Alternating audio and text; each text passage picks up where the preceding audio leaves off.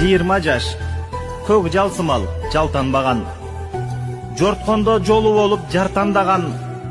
ташты чайнап тоолорду жарамуштап, үйгө батпай жолдо белде талтаңдаган, 30да күндөр өтүп вечерлерде,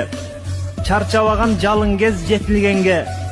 карт бүркүттөй ааламды көктөн карап, кабыландай кайсап коет секиргенге, кыйыл ажырап ден соолуктун макамынан, 40 жаш кармайт агырган сакалыңан, так көтөрүп жерге акырын коюп турат, кабар берип келечектин сапарынан. Эңке иште 50 деген бурулуш бар, уумал төкмөл, кооттуураак бурулуштар, же кар эмес, же жашка кирбей күңгүрөнүп, бат-бат ооруп өтө берет турмуштар.